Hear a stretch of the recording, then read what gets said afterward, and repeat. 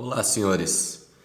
Professor Vladimir, curso de técnico em Química, disciplina de Eletroquímica. Hoje, o objetivo desta aula é apresentar a vocês formas de corrosão, tá? Imagens que têm como objetivo familiarizá-los com relação a como elas são. Tá?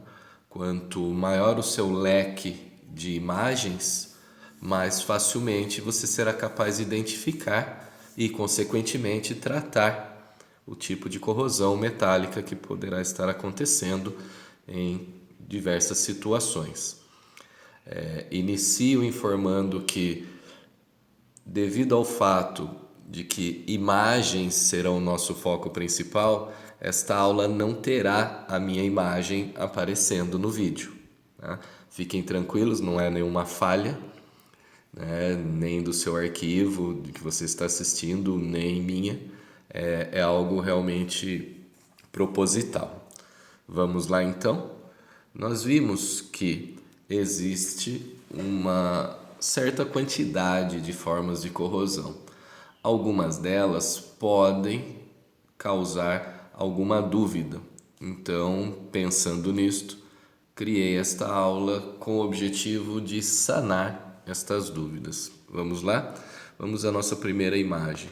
Nossa primeira imagem é com relação ao tipo de corrosão, ou melhor dizendo, a forma de corrosão mais comum que nós temos. Tá? Ela é uma corrosão que tem geralmente um mecanismo eletroquímico e ela vai se processar em toda a extensão da superfície do material. Tá? Ou seja, haverá uma perda uniforme de espessura da peça que estiver acometida por esta forma de corrosão. Tá? Ela é mais simples de ser observada, tá? E também ela é uma das mais fáceis de ser tratada, por ser um processo bem superficial. Ela pode ser sanada com um mecanismo físico, né? Lixar e em seguida proteger das maneiras que já conversamos a respeito. Notem que, embora a nomenclatura seja corrosão uniforme, não significa que toda a peça precise ser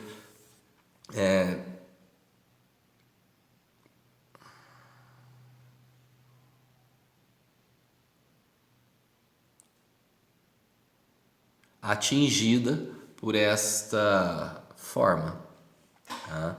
Desde que uma extensão tenha as mesmas características, já será classificada como corrosão uniforme. Nossa próxima imagem, embora também tratemos aí de uma corrosão uniforme, achei importante mostrar um mecanismo curioso que talvez não tenha sido muito bem assimilado quando falamos de maneira geral sobre a corrosão, tá? Que é o mecanismo eletroquímico. Nesta imagem, notamos que o material a qual a rosca foi criada é diferente do material ou do metal a qual a porca está ligada a ela.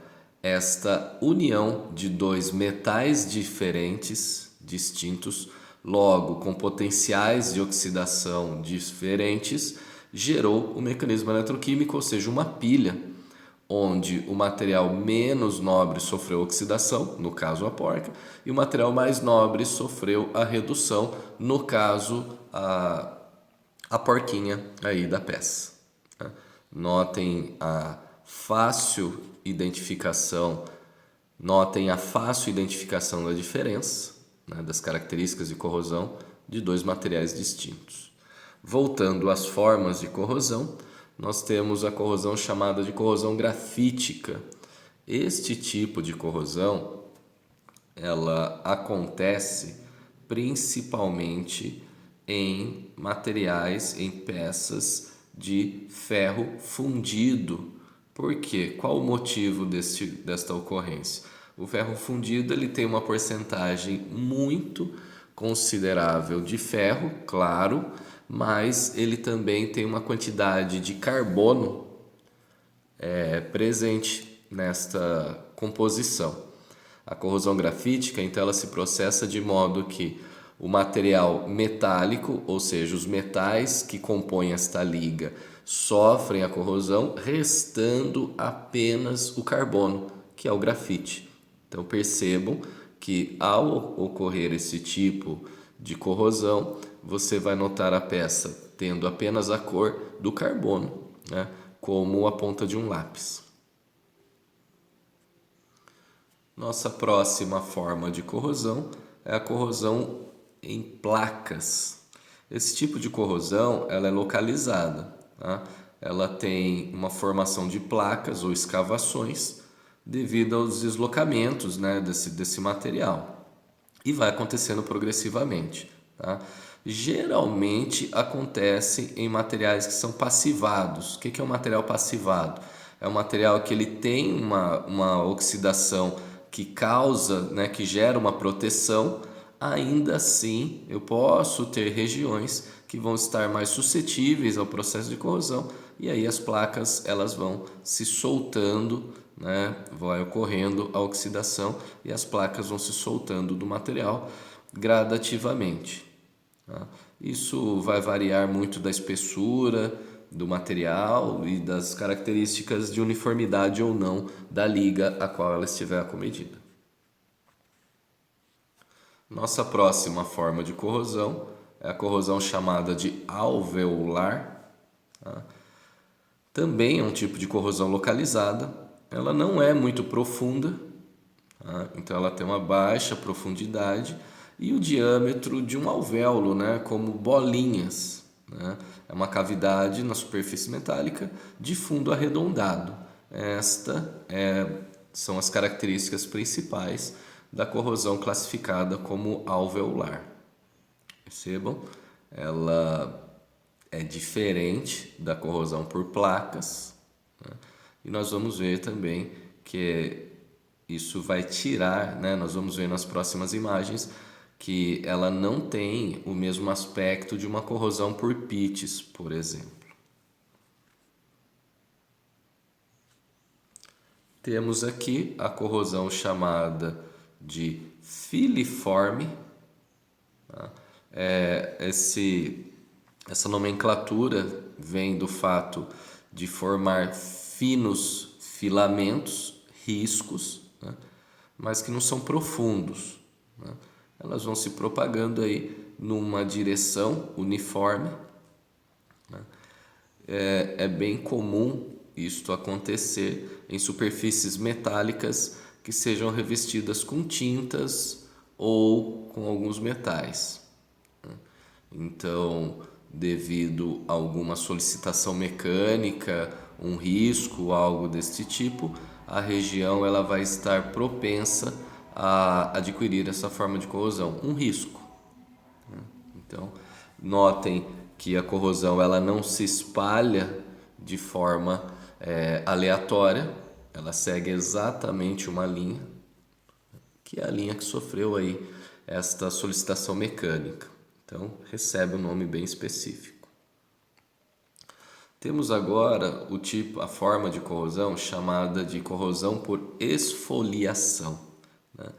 Ela se processa de uma maneira paralela à superfície metálica, vejam, alinhada. Ela é frequente em chapas, tá? Ou materiais que foram estrudados, né? Então eles tiveram os grãos que formam o metal alongados, achatados, cria esta conformação como uma massa folheada. E aí, dependendo características de acesso à umidade, oxigênio e substâncias químicas, vão soltando aí folhas, né, como folhas, daí o nome, né? Isso pode acontecer também em regiões de metais que tenham sofrido grandes solicitações mecânicas, como dobras, né, peças que foram alongadas ao seu extremo. Percebam o aspecto, né? Lembrando, no caso deste tubo, lembrando um tronco de árvore, mas em caso de chapas mais alongadas, vai ter um aspecto de livro velho se abrindo. Ok? Nossa próxima forma de corrosão apresentada é a corrosão chamada de corrosão por empolamento ou corrosão por acesso ao hidrogênio, né? Empolamento pelo hidrogênio é o nome mais comum. Como ela se processa? Na realidade, nós temos uma facilidade, vamos dizer assim, do material metálico quando em contato com substâncias ácidas, né, reagirem e nesta reação um dos produtos ser o gás hidrogênio. Quando isto acontece, né, ele vai criar uma pressão e também vai criar um potencial de oxidação e redução, dando origem a estas bolhas que vão ocasionalmente danificando a peça. Então a concentração das bolhas vai ser tamanha que vai causar este aspecto de casquinha de bolo.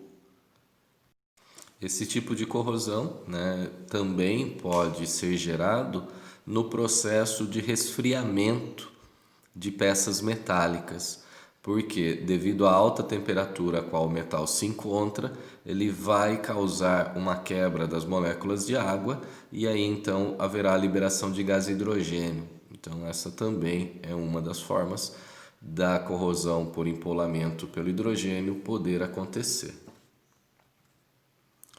Nossa próxima forma de corrosão é a chamada de corrosão por pits. A corrosão por pit, ela talvez seja a forma mais destrutiva de corrosão que nós temos. Por qual motivo? Porque ela é difícil de ser identificada nos momentos iniciais, já que geralmente se forma embaixo de uma corrosão generalizada e pode então ser mascarada, né? E eu não notar, né, o indivíduo não notar que esta corrosão está acontecendo. Essa forma ela é diferente da corrosão alveolar, porque diferente de alvéolos que tem baixa profundidade e maior extensão, né, maior área, neste caso os pits eles têm alta profundidade. O diâmetro em si são pequenos pontos, no entanto, ela pode eventualmente atravessar a própria peça, né? Presença de íons cloreto, por exemplo, favorece este tipo de corrosão, tá? Nós vemos aí que pode até criar a confusão de ser uma corrosão uniforme, porém, ao se aproximar, você vai notar que são pontos, né? São furos realmente que vão acontecendo, podendo aí realmente liquidar a peça. Nós temos também a corrosão chamada de corrosão em torno de solda, uma corrosão aí importante, né? Dado ao aspecto industrial de nossa formação, né? Ocorre em aços inoxidáveis, não muito bem estabilizados, ou com teores maiores do que 0,03% de carbono, né? Então ela acontece intergranularmente, ou seja, entre os grãos. Note na região ao redor a solda, devido ao destempero causado pela alta temperatura, você cria ali um mecanismo eletroquímico, né? Ou seja, basicamente você tem dois metais distintos, dois ou mais, e aí favorecendo o processo de corrosão exatamente nessa região. Aí, por esse motivo, que regiões em torno de solda devem ser muito bem cuidados para que isso não ocorra. Com isso, senhores, terminamos nossa aula de apresentação das principais formas de corrosão. Espero que estas imagens tenham sido um pouco mais esclarecedoras e continuamos aí com o nosso curso técnico em Química até a aula 16. Um abraço.